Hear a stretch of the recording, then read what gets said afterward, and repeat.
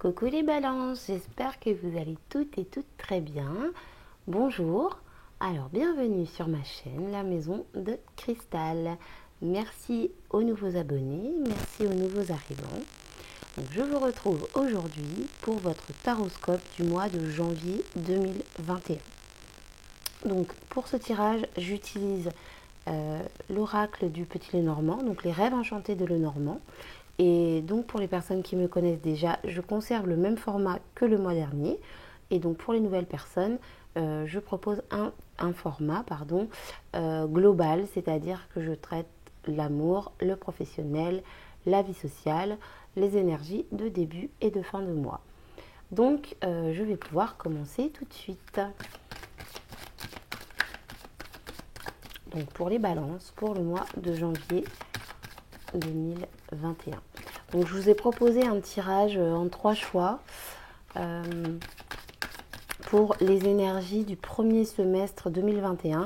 Donc c'est un tirage qui marque et qui explique les 6 premiers mois de l'année et donc qui révèle en fait les événements les plus importants pour chaque mois. Voilà, donc les énergies dominantes. Donc je commence tout de suite pour vous les balances pour le mois de janvier 2021. Donc c'est parti, je vous explique comment je fonctionne. Donc ici ce sont les énergies avec lesquelles vous entrez dans le mois de janvier. Ici nous avons la vie sentimentale. Ensuite, ici nous avons la vie professionnelle.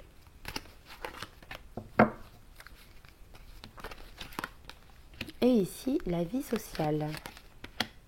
Alors, je ne sais pas si vous voyez les cartes, quoi qu'il en soit, je vous les montrerai de toute façon. Ensuite, nous avons ici les énergies que vous devez développer, c'est-à-dire une situation qui est bonne pour vous et que vous devez continuer en fait à faire évoluer, à développer. Je me répète. Ici, à l'inverse, c'est ce que vous devez laisser derrière vous, ce qui n'est plus bon pour vous. Et enfin, ici, nous avons les énergies avec lesquelles vous sortez de ce mois de janvier. Alors, je m'excuse d'avance si des fois je fais des erreurs sur le mois de décembre, janvier. On est bien en janvier 2021. Voilà. C'était le petit aparté. Donc, ici, en dos de deck, j'ai la carte des oiseaux. Donc, pour ce mois de janvier, il va y avoir beaucoup de communication. Ce qui va dominer sur votre mois doit passer par la communication. D'une manière ou d'une autre. On va voir ce qui se passe, mais les événements qui arrivent sur ce mois de janvier passent d'une manière ou d'une autre par la communication. Donc je précise également, attention aux rumeurs. Attention aux rumeurs. Donc, les énergies avec lesquelles vous entrez dans ce mois de janvier. Nous avons ici la carte de la croix et la carte du cavalier. Donc je pense que sur ce début de mois de janvier, les énergies qui vous entourent sont des énergies qui vous sont inévitables. Des choses que, des choses que vous ne pouvez pas, contre lesquelles vous ne pouvez pas agir. Donc il y a plusieurs cas de figure. Vous pouvez avoir la visite ou des nouvelles d'une personne qui est destinée sur votre chemin. C'est-à-dire que son chemin de vie est déjà écrit, le vôtre aussi. Cette rencontre en fait est inévitable. Donc vous pouvez avoir donc cette rencontre de manière assez rapide, d'accord? Donc c'est quelqu'un qui peut vous écrire, vous appeler, c'est également quelqu'un qui peut se déplacer chez vous. Et c'est une rencontre que vous ne pourrez pas éviter. Donc peut-être que vous n'avez pas envie de voir certaines personnes, mais vous ne pourrez pas passer outre. Ensuite, deuxième cas de figure, vous pouvez également tout simplement recevoir une mauvaise nouvelle. Par écrit, par la poste, par mail, voilà. Vous pouvez avoir une nouvelle qui ne vous fait pas plaisir, en tout cas à première vue. Parce que sachez quand même que quoi qu'il arrive, même si une nouvelle est mauvaise, à première vue, il y a toujours quelque chose à en retirer, d'accord? Quelque chose de bénéfique, quelque chose qui aide à nous faire avancer. Donc voilà, vous pouvez avoir une visite inévitable ou alors une mauvaise nouvelle. Voilà pour le début du mois de janvier, en tout cas les énergies qui vous entourent pour commencer le mois de janvier. Donc on va voir maintenant au niveau sentimental. Alors j'ai ici la carte de la mort et la carte des poissons.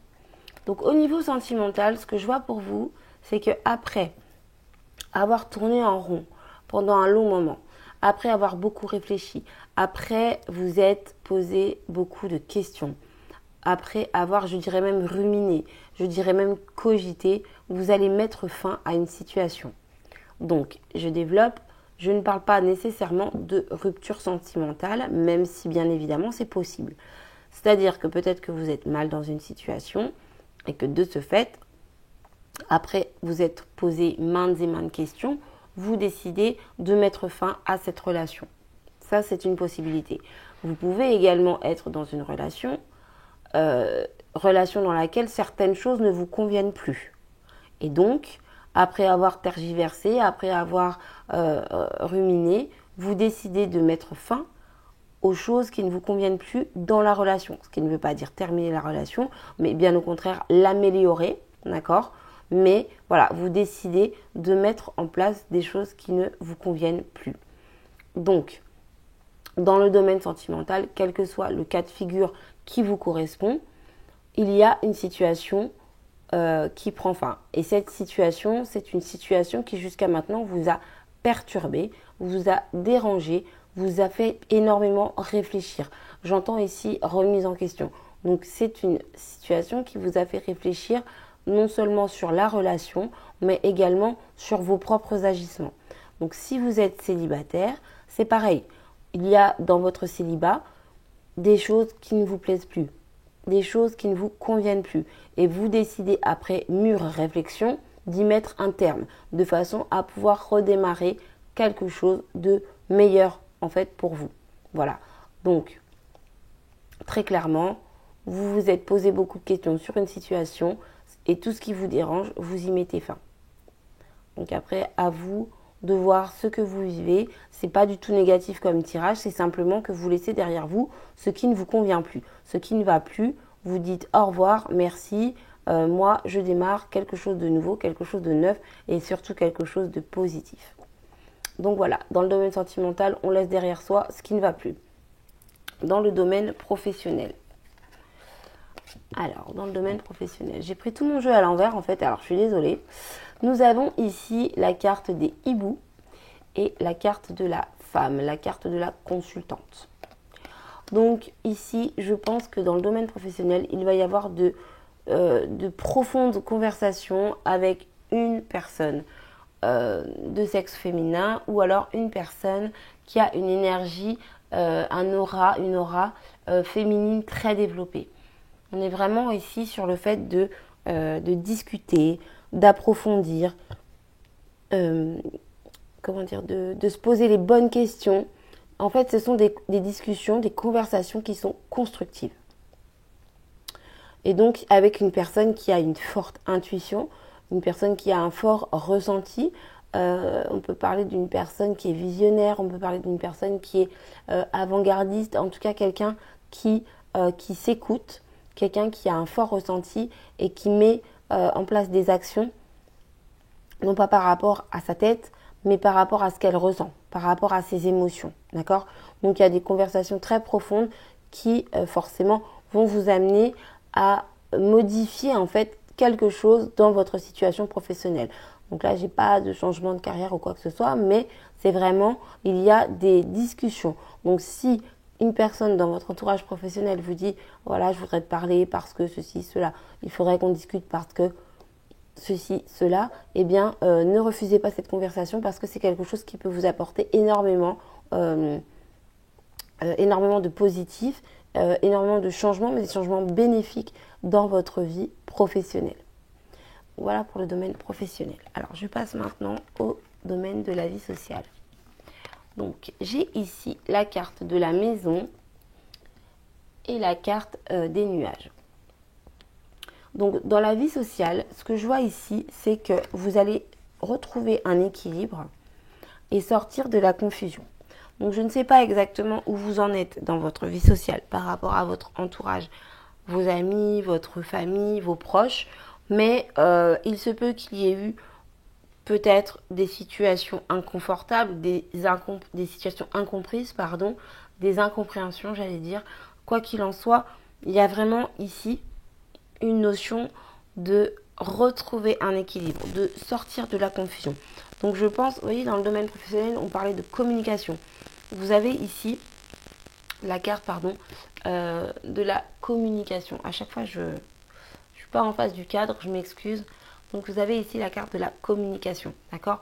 Donc je pense qu'il peut y avoir des, comment on appelle ça, des quiproquos. Vous voyez, il y a pu y avoir des quiproquos, des choses mal comprises.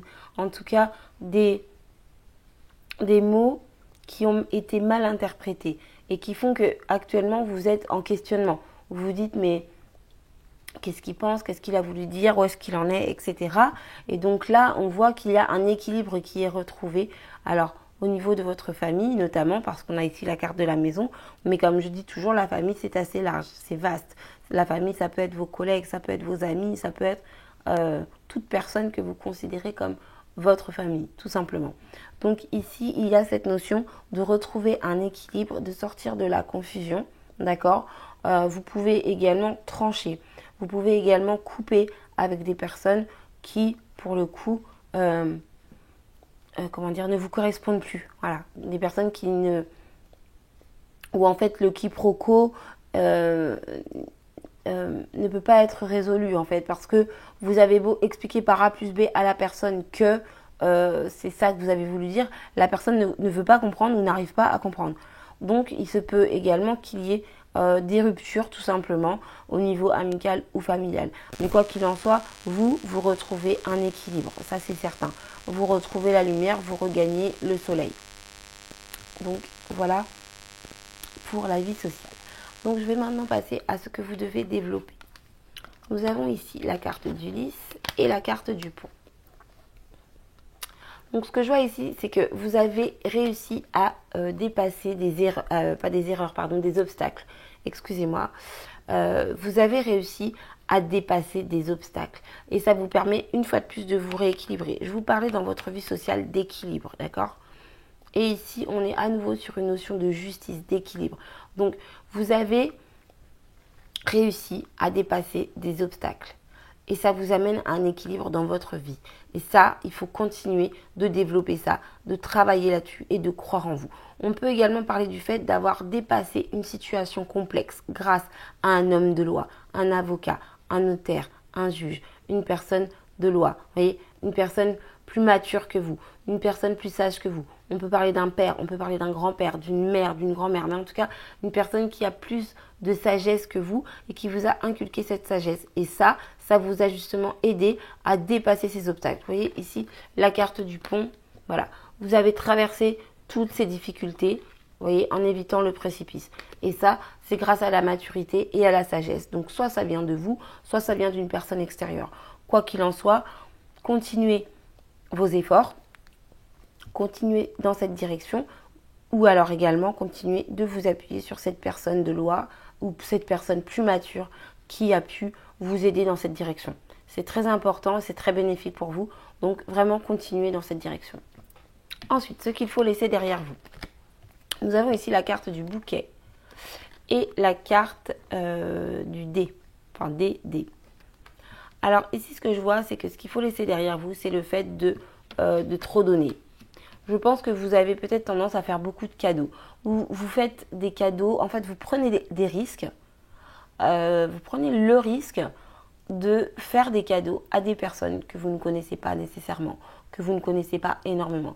Je pense ici, enfin je ressens ici que vous avez tendance à faire des cadeaux à des personnes qui ne le méritent pas forcément, mais pour un but qui vous regarde, vous prenez le risque d'offrir beaucoup, vous donnez trop en fait. Voilà, la phrase c'est ça. Pour résumer ces deux cartes, je pense que vous donnez trop à des personnes qui, entre guillemets, ne le méritent pas. Quand je dis entre guillemets, tout le monde mérite des cadeaux, mais ce que je veux dire, c'est que ce sont des personnes qui, par rapport à la relation que vous avez, ne méritent pas autant. En fait, tout simplement. Vous avez tendance à trop donner. Donc, laissez ça derrière vous. J'ai envie de dire, donnez aux bonnes personnes et euh, faites attention à votre emballement. En fait, c'est ça. Je pense que vous êtes impulsif. Voilà, c'est le mot que je cherchais. Impulsif. Dans le sens où il n'y a rien de péjoratif dans le fait de faire des cadeaux. Au contraire, c'est très gentil. Mais je pense que vous avez tendance à trop donner, peut-être dès le début d'une relation, qu'elle soit amicale, professionnelle ou autre. Je pense que vous avez tendance à être trop, en fait. Voilà. Et c'est un risque que vous prenez. Et malheureusement, ce risque se retourne contre vous. Parce que vous donnez, vous donnez, vous donnez. Et derrière, ben, il n'y a rien.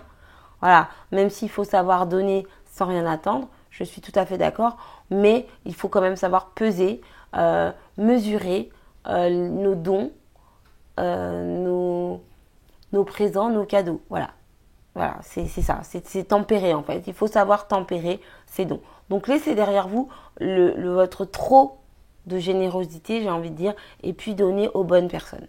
Voilà. Donc ce qu'il faut laisser derrière, c'est le fait de trop en faire pour des gens qui ne le méritent pas. Voilà.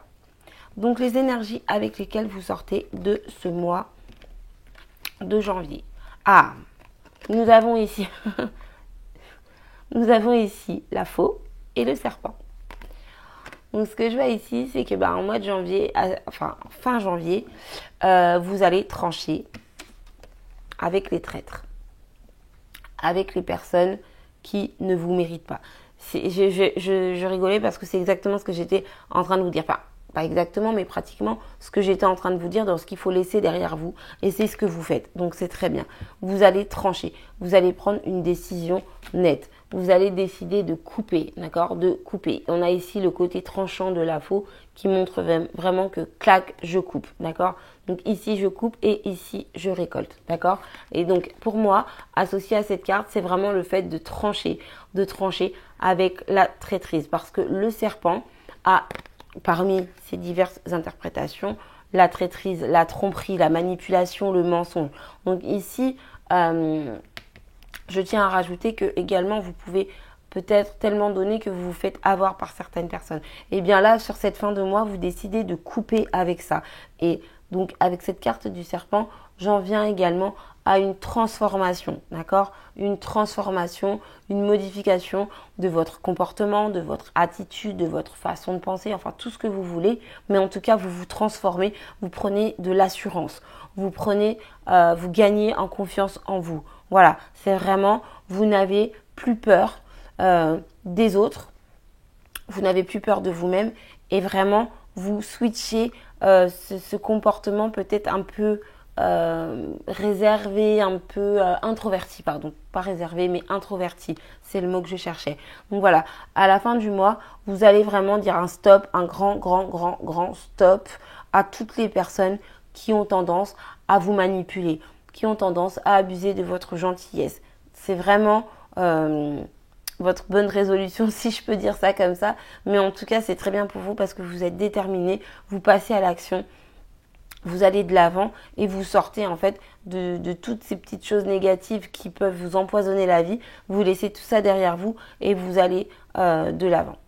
Donc une fois de plus, comme je disais, vous avez en dos de deck la carte des oiseaux, donc la communication. Donc je disais beaucoup de discussions, de conversations, d'échanges, mais attention aux cancans, aux rumeurs, aux personnes, vous savez, qui n'ont rien à faire de leur vie et qui viennent vous inventer la vôtre. Voilà.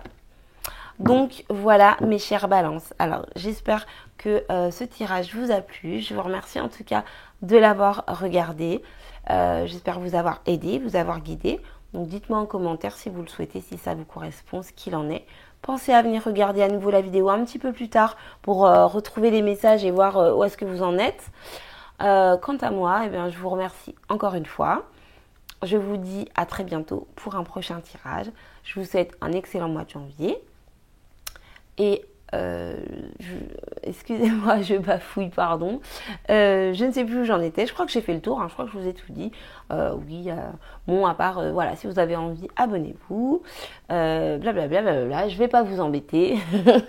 En tout cas, je vous dis un grand merci. Je vous fais des gros bisous. Et je vous dis surtout à très bientôt.